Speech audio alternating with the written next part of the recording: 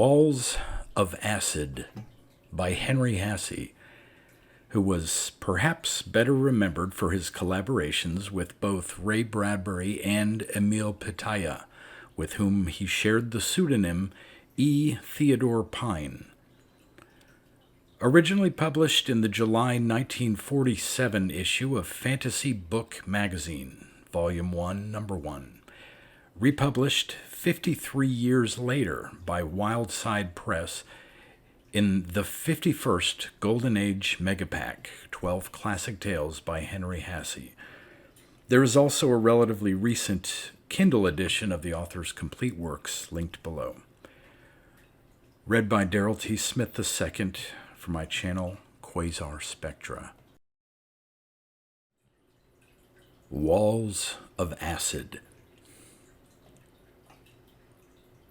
Bronwell stirred, throbbed sluggishly once, then lay quiescent as his mental self surged up from the deeps of non-entity, and gradually he came to know that someone had entered the room, his room, far beneath the city.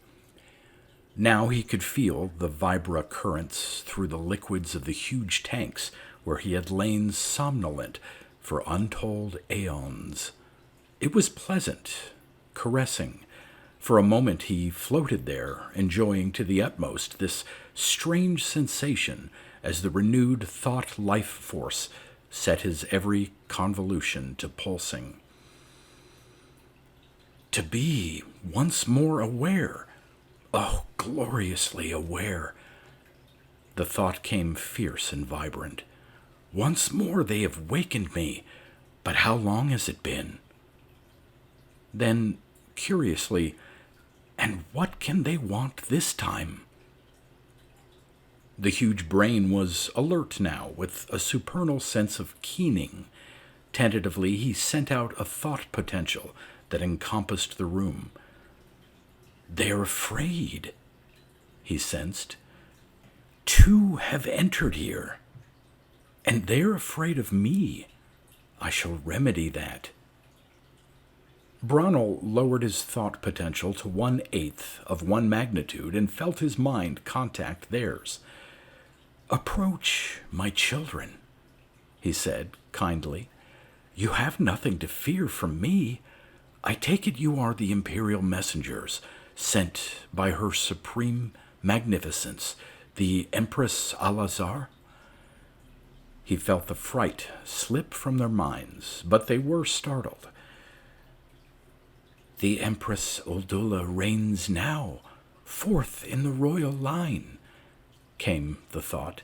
Empress Al-Azhar died long ago. I am truly grieved. Bronwell flashed to them. Al-Azhar, may she rest in peace, did not neglect me. How well I remember her interest in the stories I could tell, stories of the Diskra of old when we sent men out to glorious adventures on the other planets. 5 millenniums ago it was that we achieved space travel. In those days... Bronwell ceased in his reminiscences, aware that these two were trying to get their thoughts through to him. That is why we have come. The Empress Uldula, too, wishes a story. The story of the first space flight from Diskra and the events that brought it about, and of how I came to be as you see me now. I shall be delighted, my children, to tell it again. But first prepare the trans-telector so that it may be recorded faithfully. Bronwell directed them to a machine on the far side of the room and instructed them as to its operation. Soon the hundreds of tiny coils were humming, and a maze of tubes fed out of the machine on which would be recorded Bronwell's every thought. For a moment he paused, gently swaying, pulsing, a huge, independent brain suspended in the pale green liquid. Then he began his story. Your supreme beneficence. When the imperial messengers came to me, bringing the communication with which you deigned to address my decrepit solitude. It was like a glorious ray of light come to illumine the deepening darkness of my declining years. It is with trepidation that I set about to fulfill your exalted command. 5 millenniums, aye, even more, have passed, since those who were part of that segment of history into which you inquire have become but drifting dust. Only within the feeble memory of your humblest servant is there any record of it. 5 millenniums, aye, that was truly the golden period of our beloved Diskra. Not that our period under your serene effulgence is not golden indeed, but in that day all Diskra was under the glorious rule of Paladin. His city on the scarlet shores of our central sea was the wonder of us all. Aye, we had a sea then, where there is now but desert. The intelligent planets were 3. Our own Diskra, of course, 4th from the sun, and nearest the sun, Mirla, that fiery globe where life apes the quality of our own salamander, existing by necessity near the flames, and 2nd from the sun, Venia, the cloud-capped world where life exalts the virtues of the fish. On the 3rd planet, Terra, we then knew little. Our cities faced the sun in those days, towering in polychromatic splendor. Height was no obstacle then, for we had wings. Wings! Think of it, O beneficence! No need had we of clumsy metal vessels. But all that is changed. Now no whir of wings disturbs the air, and our formitectural splendors rise within. The history of this change is what your supreme exaltation would know. This, then, is the record. With the rule of Paladin was born the age of science, not so much due to the intellects of that day as through the driving urge of ultimate necessity. For Paladin had a brother, Thid. He was unfortunately a mutant. Whereas our features were delicate and quite regular, Thid's were gross and stamped with power. His royal head was too large and cumbersome, and instead of our slender waists, he was almost asymmetrical in shape. In short, no member of our fairer royal sex could look upon him with aught but horror, and it was because of this that he was dietetically conditioned for the realm of science. It was a mistake. As the years passed, the loneliness of his virtual exile tended to derange Thid's prodigious mind. Aye, prodigious and dangerous in his manic depressive state. Then one day Paladin called an emergency meeting of the Inner Council. I, Branel, was a member of that council. "It has come to my attention," Paladin said, "that Thid has been carrying on certain dangerous experiments of a sort that could well be inimical to us, to our very existence." We well knew to what Paladin referred, but Thid was his brother, one of the imperial ones. No one dared speak. "Why was I not made aware of it sooner?" Paladin demanded sternly. "You, Branel, you knew of it?" "Yes, your majesty." I was frightened. "I beg to explain. I have tried to dissuade him." Paladin's visage became less stern, as though he understood our reluctance in this matter. "True," he said. "Thid is my brother. He must be mad. And I tell you now, if he has gone as far in this experiment as I suspect, I shall not hesitate to apply the only remedy dictated by efficiency: death. Have him brought to me at once." But Thid was nowhere to be found. He had learned of Paladin's anger and had fled into the Diskran desert, where the abhorred Termins dwelt in myriads, despite all our effort to eradicate them. These termins were soft-bodied, subterranean creatures with an obstinate life force, and we had long realized that they might one day be a menace to us. So into the desert our Thid fled, spurred by the knowledge that his life was forfeit. For a time he was naturally thought dead. Who could survive unprotected the extremes of heat and cold? And if by a miracle he triumphed over the elements, how survive the appalling enmity of the termins, whose rudimentary brains conceived no mercy? Nevertheless, startling bits of rumor began to drift into our city. Rumors that Thid had been seen leading hordes of gigantic termins across the desert wastes. We laughed, of course, for caravaneers are ever the prey of sun mirages, and legends are dear to their souls. A legend was begun concerning Thid. Arriving caravans vied with each other in fantastic reports. Some had seen him with immense hordes of the repulsive termins. Still others had discovered subterranean labyrinths being built by the termins under his command, and had barely escaped with their lives. And still we laughed, blessed by the constant climate on the shores of our sea, and the beneficent rule of our exalted paladin. And then we ceased to laugh. Paladin called together his council of scientists. "Can it be?" Paladin asked. "Two whole caravans have vanished on the way to Estka, beyond the mountains."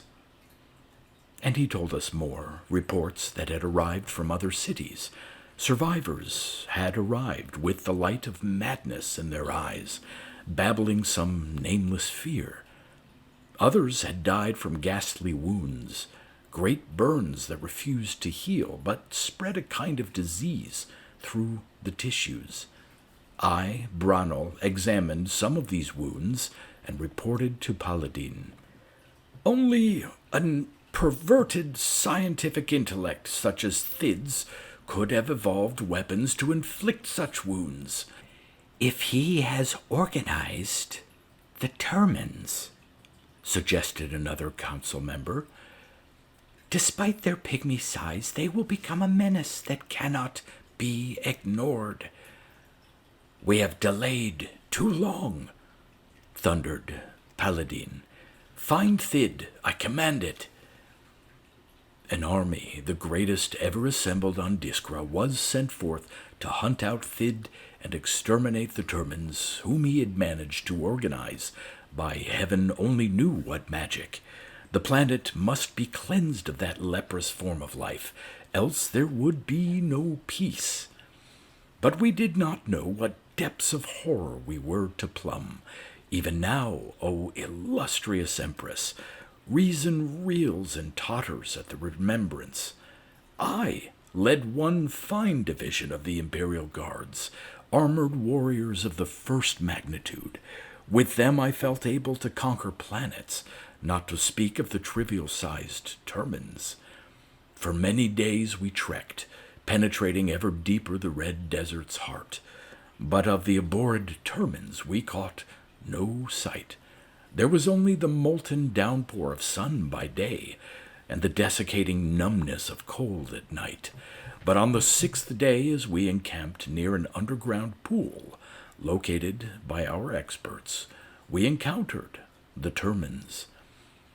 The blue wings of dusk were beating down when suddenly from every rampart of sand dune, every crumbling hillock, out of the very bowels of the planet itself, they came like an avalanche. They carried slender metal tubes that spewed polychromatic death at us.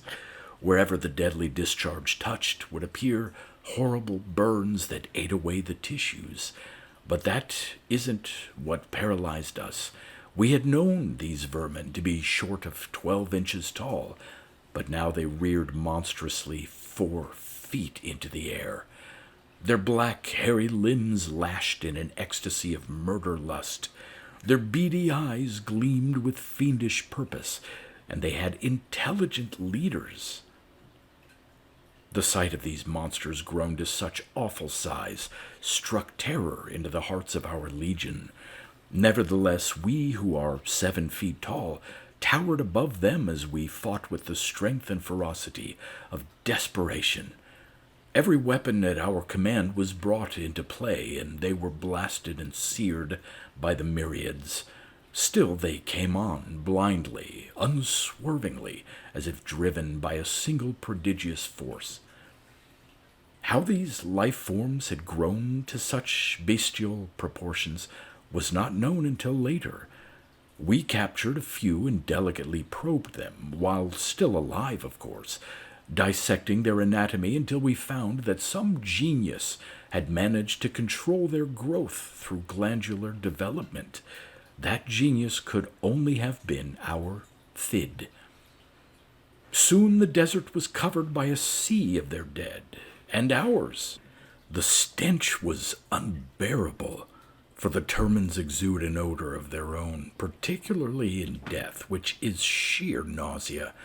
But lest I offend your refined sensibilities, O serene Empress, perhaps it were best that I draw a veil of darkness over that shambles of horror. At last it seemed as if only utter annihilation of both sides would be the outcome. Already the battle had lasted for 3 obeisances of our Diskra to its parent sun. And then, wisely, our glorious paladin flashed to us the command to retreat. Already Estka and Kraj have fallen, with all the populace wiped out, said the message. The Termins are converging upon our capital city. Return here with all haste. So it was that we retreated, those who remained of us, to the capital, and prepared to make a formidable stand. The other armies of our empire had done likewise. Who would have thought that this despised, destructive form of life could ever become such a menace? We remembered one of Thid's treatises on the noxious pests, in which he had maintained that they had rudimentary intelligence and an interesting, if sub-primitive, form of social life. How we had laughed at the thought of imputing a social order to these subterranean aphids. But we weren't laughing now. A race of malignant monsters had sprung up in the 20 years that Thid had vanished into the desert. Of Thid, nothing more was seen, but we knew he must still exist somewhere among the Termins. Under that baleful inventive genius, their weapons seemed to multiply, and we were forced to tax our scientists to the utmost in order to have weapons of offense and, yes, O beneficence, defense. For now, though we had managed to stem their attack on our capital, they were steadily encroaching on our territory. Underground lakes and streams were dammed by these fiends. Vast areas of vegetation were denuded. Precious mines of rare metals were converted by them, under Thid's direction, into sources for their ceaseless attacks. Aye, we died 1,000 deaths, multiplied 1,000 times.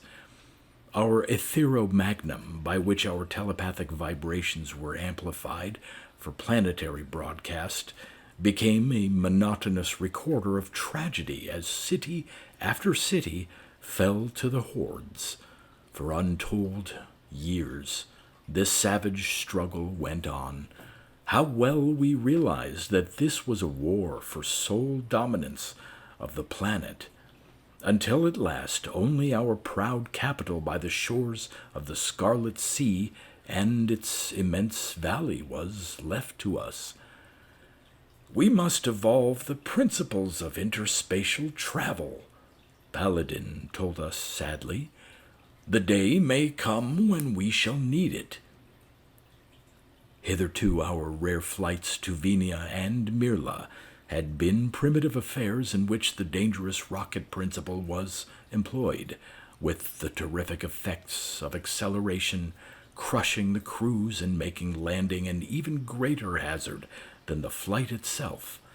But now, through inconceivable efforts of thought, through sheer desperation, our scientists evolved a system of atomic integration in which free orbital electrons were utilized to create atomic quantities beyond our known table, drawing upon the energy that could be harnessed in the process. It is difficult to describe otherwise than through pure mathematics, though if your serene effulgence wishes, I will be happy to describe it to you at a later date.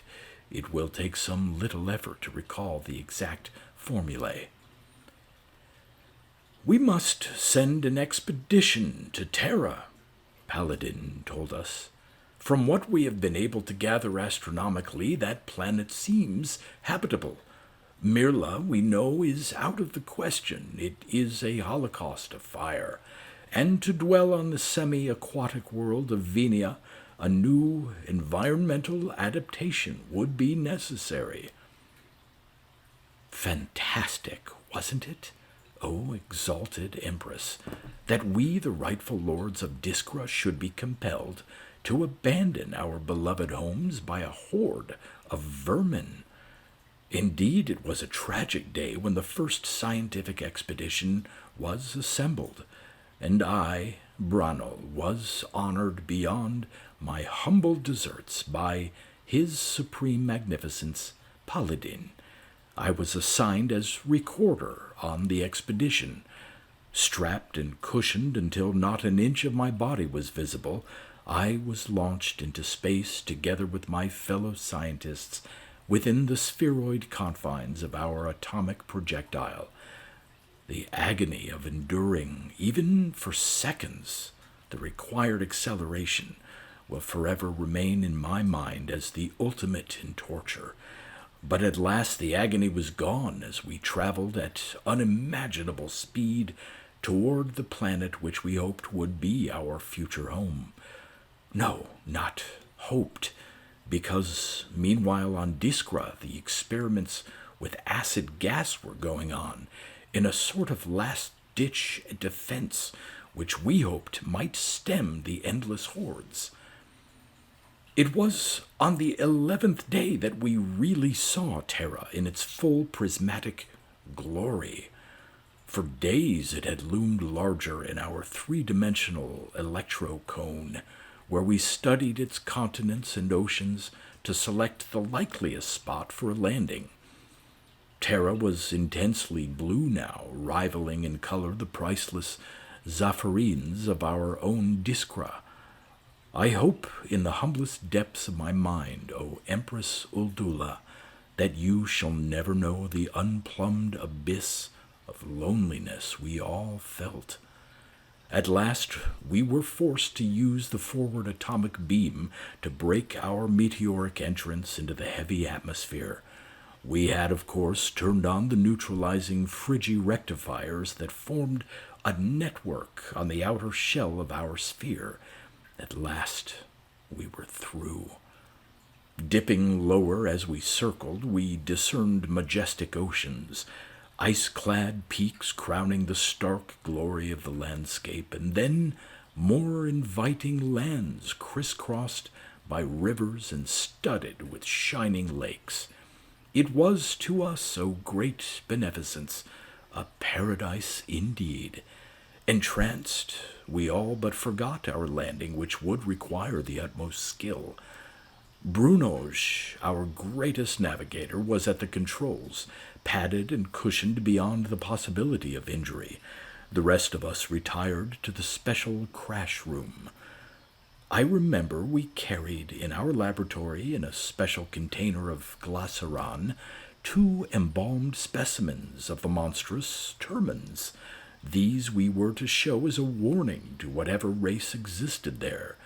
One glance at the revolting monsters would have been enough for an intelligent race. But now that would not be necessary. Terra seemed uninhabited. We had seen no cities as we circumnavigated the globe. Had intelligent life forms failed as yet to materialize on this verdant world? We assumed that fact in our joyous eagerness to feel the good earth beneath us. "Prepare to land," came the warning from Brunoge. To this day, I cannot say what happened. No one knew. For the brief instant in which I remained conscious, I felt as if Terra had burst asunder under the terrific impact. Nor do I know when I finally struggled upward from oblivion. It may have been hours later or days. Many among us were dead.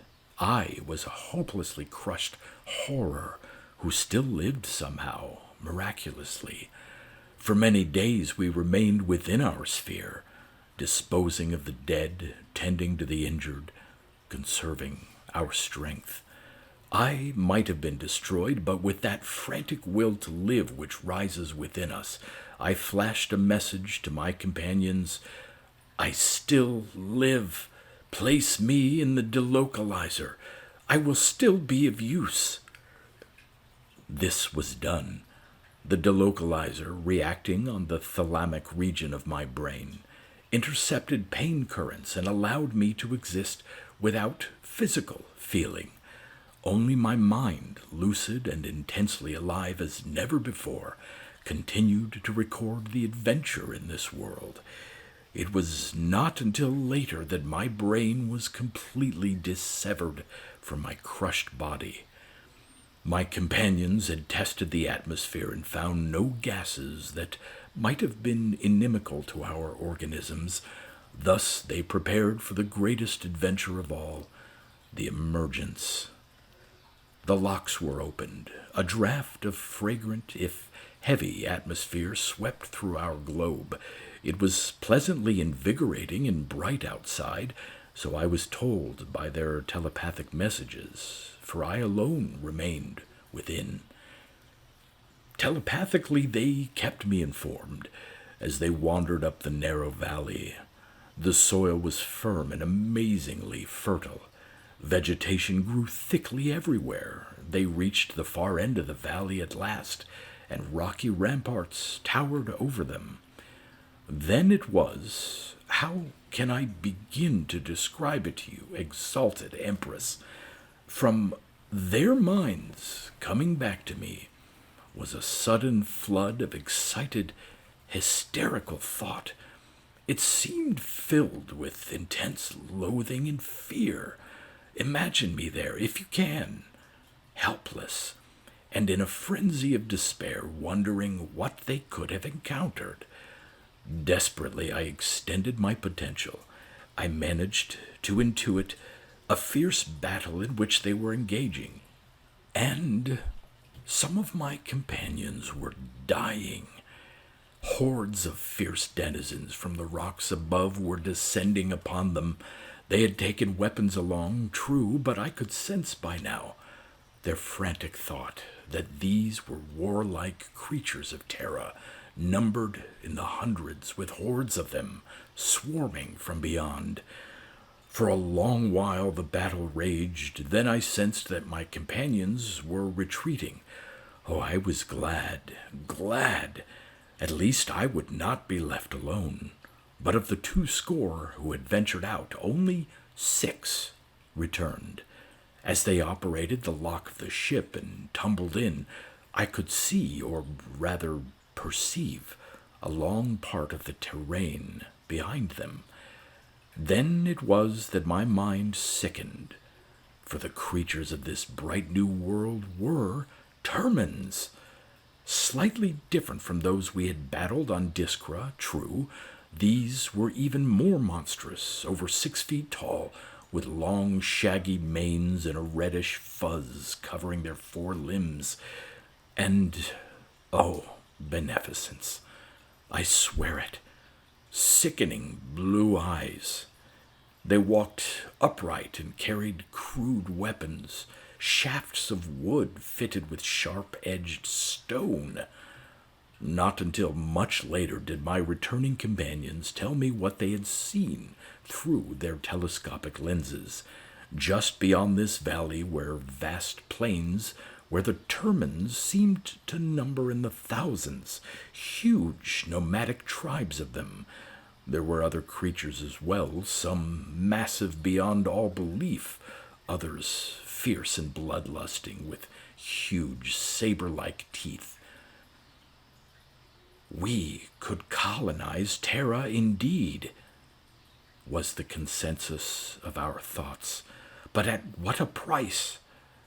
To be forever battling these creatures, particularly the termins, that abominable genus Homo. Can you imagine, O Empress Uldula, how the irony of it bit us? It was almost more than we could bear to think that on Diskra, our own genus Formicae was in life or death struggle with these creatures, and we had found them swarming here as well. All of this lush, verdant world was defiled. There was nothing we remaining 7 could do now. Sadly, we set about repairing the ship so that we could bear the awful tidings back to Diskra. And as we sped again toward our beloved planet, a somber pall fell upon us. The interchange of thoughts were brief and tinged with a profound despair. This resolved into amazement, however, as we came ever closer to Diskra, for now, through our telectoscope, we could see that our planet had been subtly altered. A few symmetrical lines had appeared on the face of Diskra, as if a cosmic hand had drawn straight lines across with mathematical precision. Not until we had safely landed did we learn the truth. Oh, joyous news! The hordes of termins had been repulsed and were even then being slowly driven back. Our scientists had created in the laboratories a type of formic acid, somewhat similar to the vesicatory secretion occurring within our own bodies, but infinitely more deadly.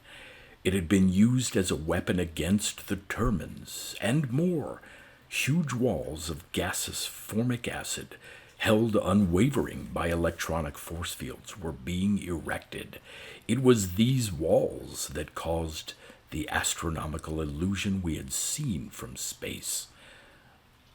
The rest, O illustrious Empress, I believe you know well, how the termins never again were able to penetrate our walls, how we waged war on the detestable creatures for a number of years, until finally no trace of them remained on Diskra.